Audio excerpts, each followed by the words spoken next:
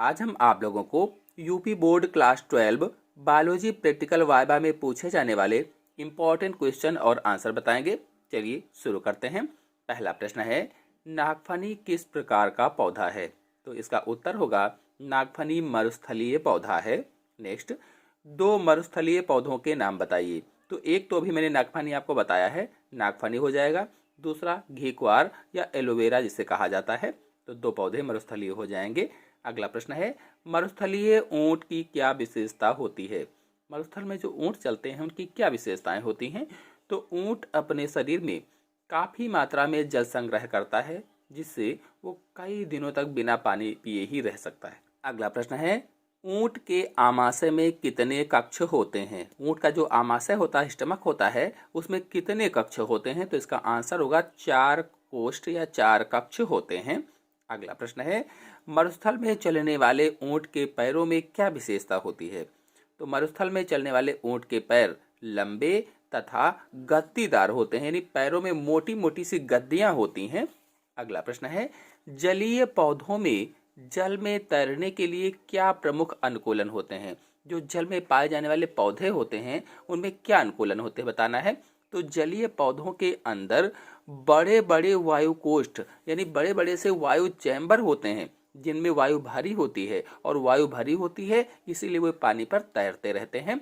अगला प्रश्न है, समुद्र शोंक व हाइड्रला किस प्रकार के पौधे हैं? तो समुद्र शोंक और हाइड्रला दोनों ही जलीय पौधे हैं। हम लोग हाइड्रा का प्रैक्टिकल बहुत पहले से करते आए हैं, ऑक्सीजन वाला। तो हम लोग जानते हैं कि समुद्र शोंक और हाइड्रला दोनों ही जलीय पौधे हैं।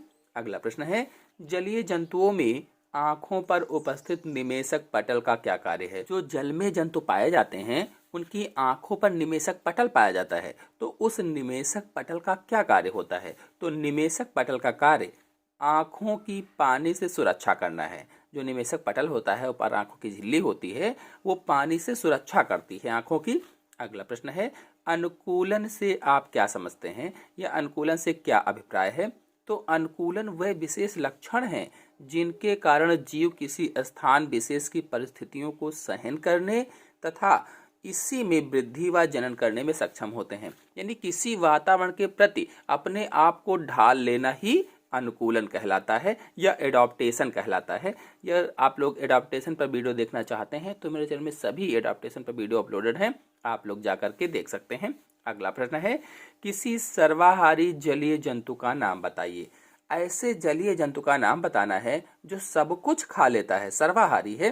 तो आंसर होगा कछुआ। अगला प्रश्न है, पोषण की दृष्टि से मेढक किस प्रकार का जंतु है? तो पोषण की दृष्टि से मेढक मांसाहारी जंतु होता है। अगला प्रश्न है, पत्तियों के आकार में भिन्नता किस जलीय पौधों में पाई जाती है? पत्तियों के आकार में भिन्नता किस जलीय पौधे या हेट्रोफिली में पाई जाती है? तो इसका आंसर होगा रैननकुलस। अगला प्रश्न है, पक्षियों के अध्ययन की शाखा का नाम बताइए। यानी ऐसी शाखा जिसमें पक्षियों का अध्ययन किया जाता है क्या कहलाती है? तो ऑर्निथोलॉजी। ऑर्निथोलॉजी के अंतर्गत पक्षियों का अध्ययन किया जाता है। नेक्स्ट है, पक्षियों का धारा रेखित शरीर किस में सहायक है? जो पक्षियों का धारा रेखित शरीर होता है, स्ट्रीमलाइंड शरीर होता है, वो किस लिए होता है? तो पक्षियों का धारा रेखित शरीर उड़ते समय हवा को चीरने में सहायक होता है, क्योंकि ये हवा में उड़ते हैं तो हवा को चीरने में सहायक होता है क्योंकि धारा रेखित होता है। अगला प्रश्न है, पक्षियों के पंख किसका रूपांतरण हैं? जो पंख होते हैं किसका रूपांतरण है? तो पक्षियों के पंख अग्रपाद का रूपांतरण है। जो आगे के पैर होते हैं वो पंखों में बदल जाते हैं तो अग्रपाद का रूपांतरण होते हैं। अगला प्रश्न है, पक्षियों के शरीर पर किसका आवरण होता है? जो पक्षी होते हैं इनके शरीर पर पंखों का यानी पिच्छों का आवरण होता है। केवल चोंच व पांवों की त्वचा परहीन होती है, बाकी पूरे शरीर पर पंख ही पंख होते हैं, फेदर्स ही होते हैं। अगला प्रश्न है, पक्षियों की हड्डियों की विशेषता बताइए। जो पक्षी होते हैं जो कि हवा में उड़ लेते हैं तो इनकी हड्डियों की क्या विशेषताएं होती हैं? तो पक्षियों की हड्डियों में वायु से भरे छोटे छोटे कोटर होते हैं, कैविटीज होते हैं, कोष्ठक होते हैं, जिनसे हड्डियां हल्की हो जाती हैं तथा उड़ने में सहायता मिलती है, और इन्हें वातिल हड्डियां कहा जाता है। तो कुल मिलाकर के पक्षियों की हड्डियां कह लीजिए खोखली होती हैं और खोखली होने के कारण ही उनमें एयर भर जाती है, हवा भर जाती है, जिससे वे उड़ने में सहायता करती हैं। अगला प्रश्न है, पक्षियों की चोंच किसका रूपांतरण है? तो पक्षियों की चोंच ऊपरी तथा निचले जबड़े के रूपांतरण से बनती है। ऊपरी और निचला जबड़ा जो होता है इसके रूपांतरण से इनकी चोंच बन जाती है। अगला प्रश्न है, पक्षियों की चोंच दंत युक्त होती है अथवा दंत विहीन? इनकी जो चोंच होती है उसमें दांत होते हैं कि नहीं? तो पक्षियों की चोंच दंत विहीन होती है, मतलब पक्षियों की चोंच में दांत नहीं होते हैं। अगला प्रश्न है, प्रकृति के संतुलन में पक्षियों की क्या भूमिका है? तो पक्षी हानिकारक कीट पतंगों को खाते हैं तथा फलों व बीजों का दूर दूर तक प्रकीर्णन करते हैं। जो हानिकारक कीट पतंगे होते हैं उनको खा लेते हैं और फलों या बीजों का स्कैटरिंग भी करते हैं, प्रकीर्णन भी करते हैं।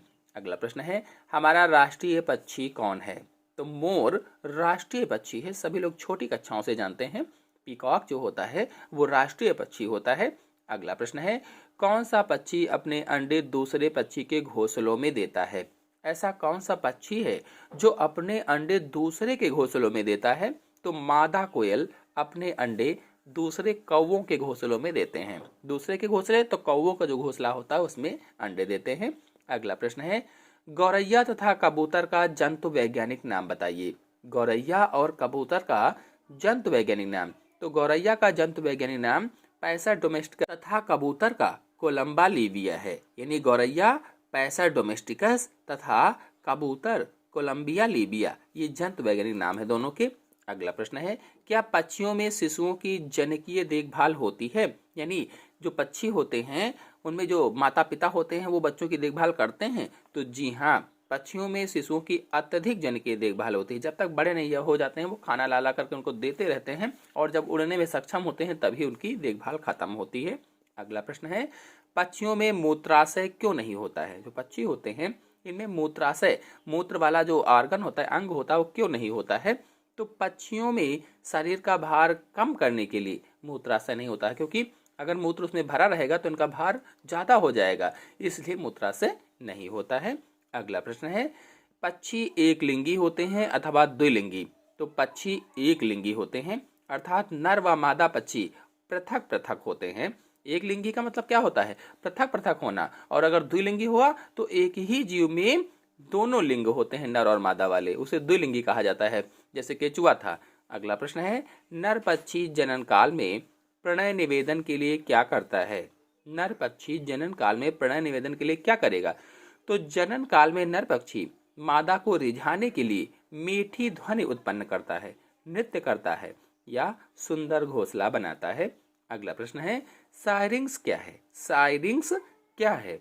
तो पक्षी के कंठ के भीतर स्थित स्वर यंत्र को सायरिंग्स कहा जाता है। पक्षियों में जो स्वर यंत्र होता है उसे ही सायरिंग्स कहते हैं।